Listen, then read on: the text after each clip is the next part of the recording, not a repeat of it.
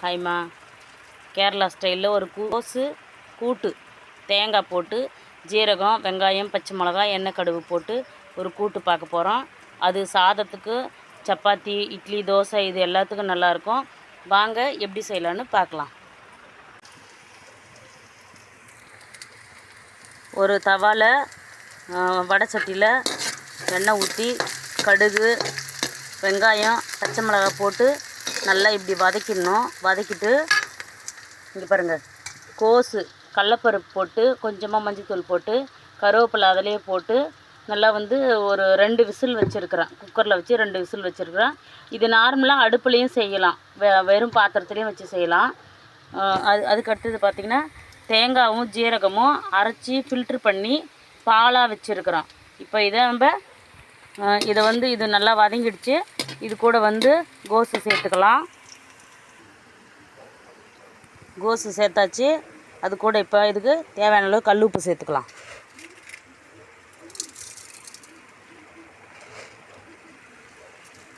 கல் உப்பு சேர்த்துட்டு நல்லா இதை கிளறி கொடுத்துக்கலாம். ஆளுங்க நிறைய இருந்தால் இது வேக வச்ச தண்ணியும் இதோடவே சேர்த்துக்கலாம். ஆனால் மீடியமாக தண்ணி வச்சு வேக வைங்க.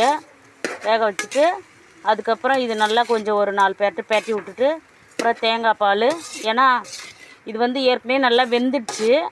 அதுக்கப்புறம் தேங்காய் பால் ஊற்றி சும்மா ஒரு 2 நிமிஷம் வதக்கி விட்டு இறக்கிட்டா கோஸு கூட்டு ரெடி ஆகிடும். இது கொஞ்சம் நேரம் வதங்கட்டும்.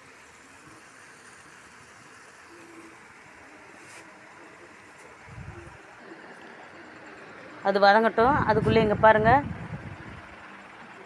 மிஷின் இருக்குது. இங்கே எங்கள் வீட்டில் துணி தைக்கிறாங்க. யாராவது துணி தைக்கணுன்னா கொண்டு வந்து கொடுங்க, தைச்சி கொடுப்பாங்க. நல்லா தைக்கிறாங்க. எனக்கு தைச்சிருக்குறாங்க. ஒரு 4-5 பேருக்கு தைச்சி கொடுத்துருக்குறாங்க. உங்களுக்கு தேவைன்னா எடுத்துன்னு வந்து கொடுங்க, தைச்சி கொடுப்பாங்க. இதான் வீடு. இங்கே பாருங்கள், ஏற்கனவே நான் சொன்னேன் இந்த இடத்துல தூள் கொட்டுது அப்படின்னு.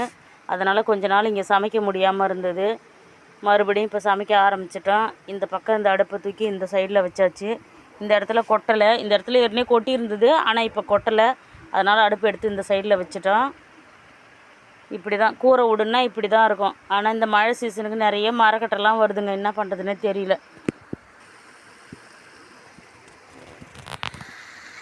இது நம்ம இதை நல்லா கிளறி விட்டுக்கலாம்.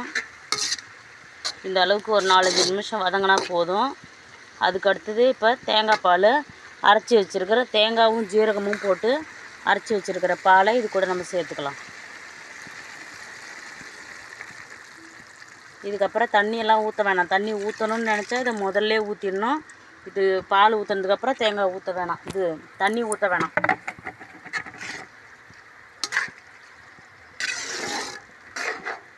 இது சாதத்தோடு சாப்பிட நல்லாயிருக்கும். ட்ரை பண்ணி பாருங்கள். கொஞ்ச நேரம் அப்படியே மூடி வைக்கலாம்.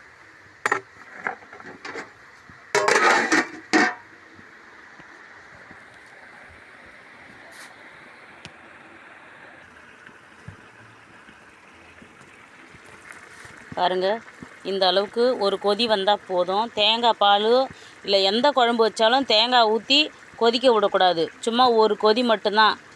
லைட்டாக கொதி வந்ததும் ஆஃப் பண்ணிடணும். அவ்வளோதான். இது சாதம், ரசம் சாதத்தோடு சாப்பிட, சாம்பார் சாதம் இப்படி சாப்பிட்லாம். அது மட்டும் இல்லை, இது வெறும் சாதத்தோடவே போட்டு அப்படியே சாப்பிட்லாம். நல்லா டேஸ்ட்டாக இருக்கும். ட்ரை பண்ணி பாருங்கள். நான் சொன்ன மாதிரி செஞ்சு பாருங்கள். பிடிச்சிருந்தா லைக் பண்ணுங்கள், ஷேர் பண்ணுங்கள், கமெண்ட் பண்ணுங்கள். ஃப்ரெண்ட்ஸ் அண்ட் ஃபேமிலிக்கு ஷேர் பண்ணி விடுங்க. இதழ்மா சேனலுக்கு சப்ஸ்கிரைப் பண்ணுங்கள். தேங்க்யூ.